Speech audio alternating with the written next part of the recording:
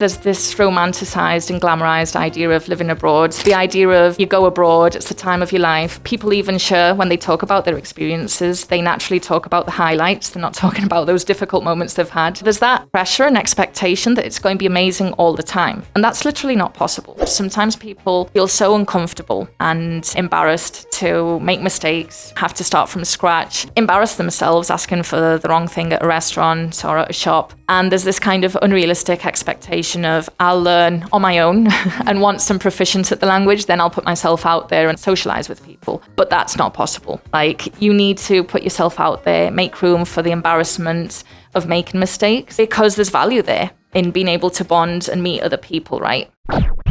You don't have to answer this question if you're bound by professional secrecy. Yeah. From your experience as a therapist, what is the most commonly faced issue by expats, especially here in Madrid?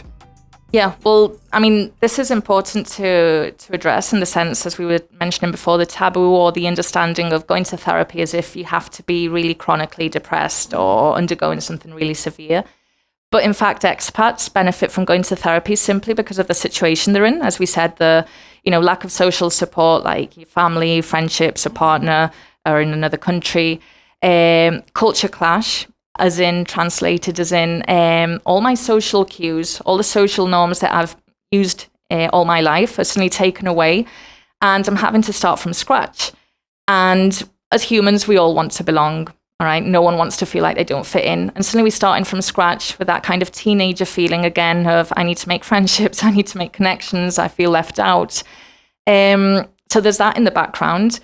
And then also, it's a brilliant opportunity when, if you remove all the social influence of, say, society, family, culture, and so on, just questioning, like, what life do I want to have? Like, what's imposed by culture and what really is it that I want to do with my life? Mm-hmm. And that can be terrifying to suddenly ask yourself and have that kind of self-reflection moment of what life do I want to be living? But it's in fact what many expats go through when living abroad. Like, sometimes they take it as a gap year. Like, maybe I'll just be a teacher assistant, all right, just for the experience. There's that identity crisis of this is not what I studied. I'm not even prepared for this. I feel a bit out of depth. But then figuring out what is it that I want to do. It might not even be what I studied back at home.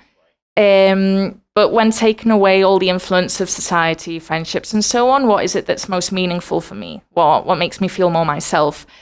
So going back to your question then, for expats, I feel therapy can really help with that kind of, deep reflection of, like, what life direction do I want to take? What do I want to make out of my life? What's important to me? What's getting in the way? Because sometimes it can be like the judgment from my family, feeling like I've made a reckless decision, leaving and coming to live here. And being able to ask yourself, like, am I going to live the life that they'd want for me based on their choices?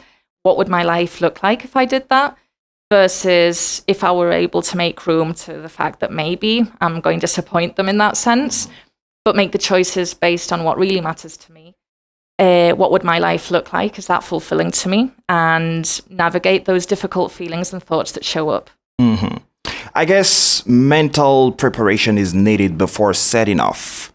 There is this myth of constant enjoyment. For sure. Generally, as a society, we all have like that happiness myth. Like, I mean, if you understand it from a biological perspective, we do naturally want to escape from physical pain. Mm-hmm.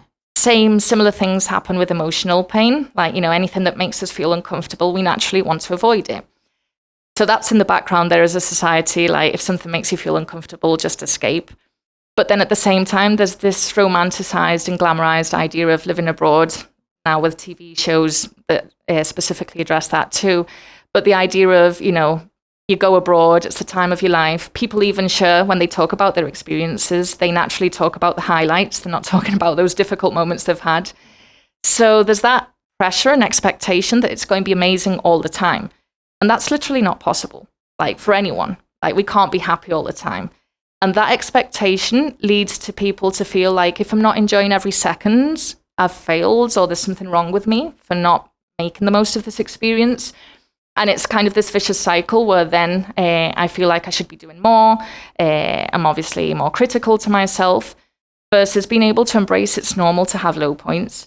And in fact, they're very useful too, because being able to have that, what we were talking about before, that moment to self-reflect and think, why am I feeling like this?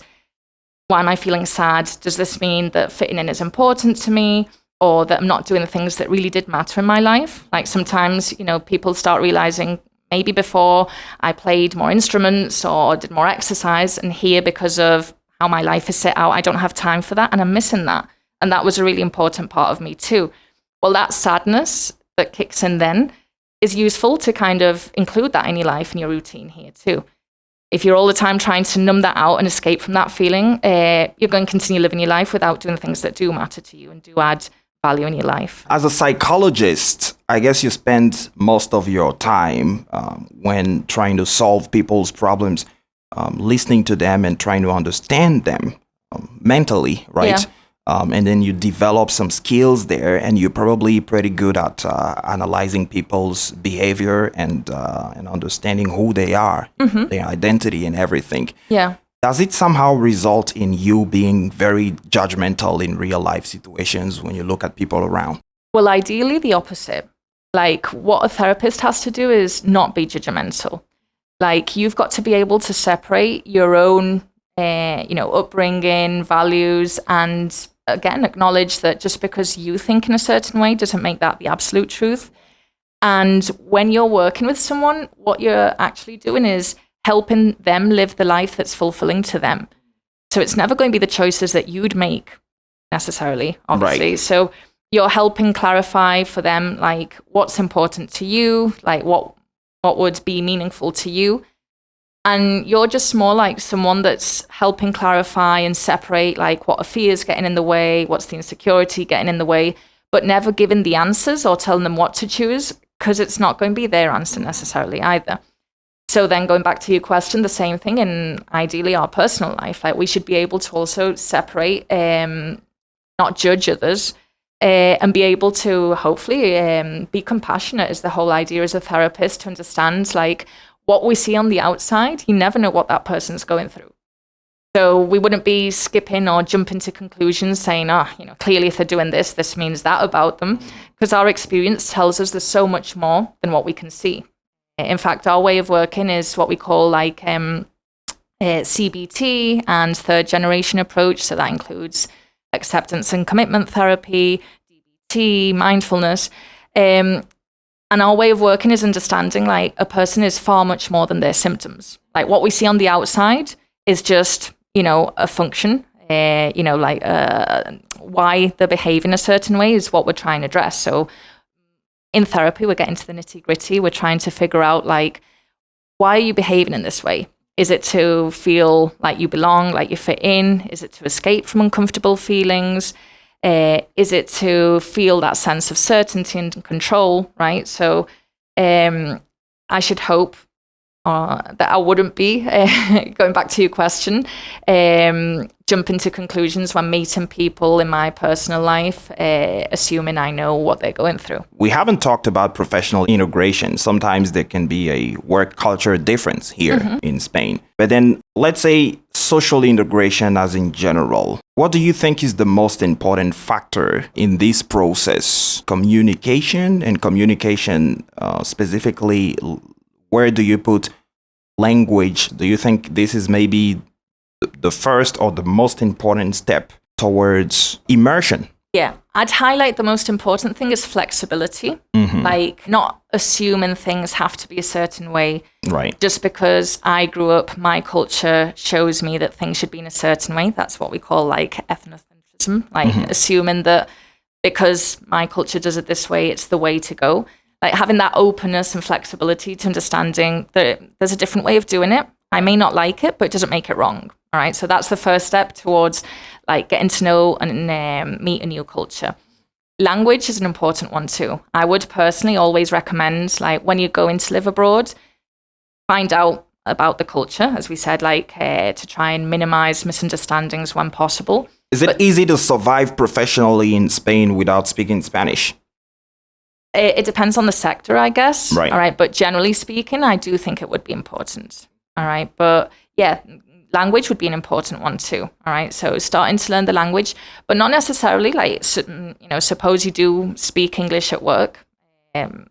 It's more like outside of work. Your life is outside of work too. And being able to build up on those social connections, get to know the culture, right, understand a bit more about why things are the way they are. I do feel language would be important too. So starting to learn the language would be an important step too. And therapy is linked a bit to that in the sense of sometimes people feel so uncomfortable and embarrassed to make mistakes, have to start from scratch, embarrass themselves asking for the wrong thing at a restaurant or at a shop. And there's this kind of unrealistic expectation of I'll learn on my own and once I'm proficient at the language, then I'll put myself out there and learn the and socialize with people. But that's not possible. Like, you need to put yourself out there, make room for the embarrassment of making mistakes, because there's value there in being able to bond and meet other people, right? Like, yeah, there's the uncomfortable feeling of embarrassed myself, I've said something silly, it was a mistake. But instead of getting hooked onto that and not letting go of that, being able to see the bigger picture and seeing like, I'm meeting new people, I'm getting to know more about the language, this is interesting or not, that would be an important one too.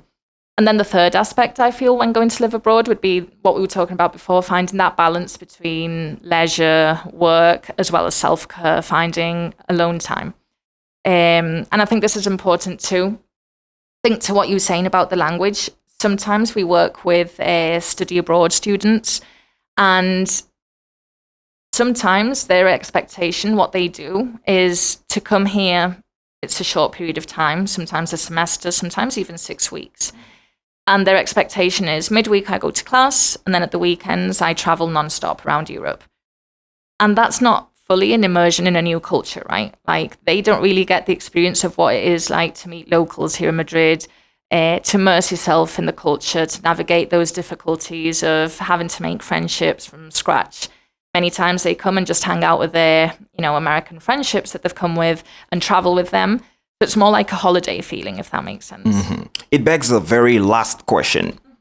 When do you need a therapist as an expat abroad? Well, everyone's different. Like, we must acknowledge too that some cases, all right, people are maybe escaping from difficult situations they've had in the past or recently, like a breakup, or maybe in the past they might have suffered some trauma or suffered, an eating disorder or something like that. And going to live abroad is this unrealistic expectation of I'll be fine there, I'll be okay. And it's a typical time where, difficulties from the past can resurface. Because again, you're stripped away from your social support. Obviously, there's the cultural and language barrier. Feelings of loneliness are more heightened, right? So that's naturally where your own difficulties can come back to surface. So if you have suffered from something in the past that does seem likely that will resurface, there's no trouble in asking for help from the start, before waiting to feel that bad to have to need the support then and there.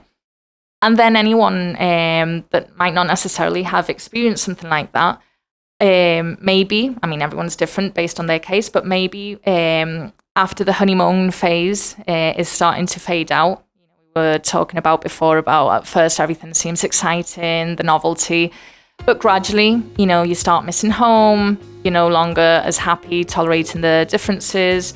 You start questioning, like, was this a right decision? Should I stay or should I go? All right. That would be a good time to go to therapy. Because as I said, there's the taboo or this expectation that you have to be really in a bad place to go to therapy. And it couldn't be further from the truth. Well, thanks for coming, Miriam. Not at all. Thank you for inviting me in.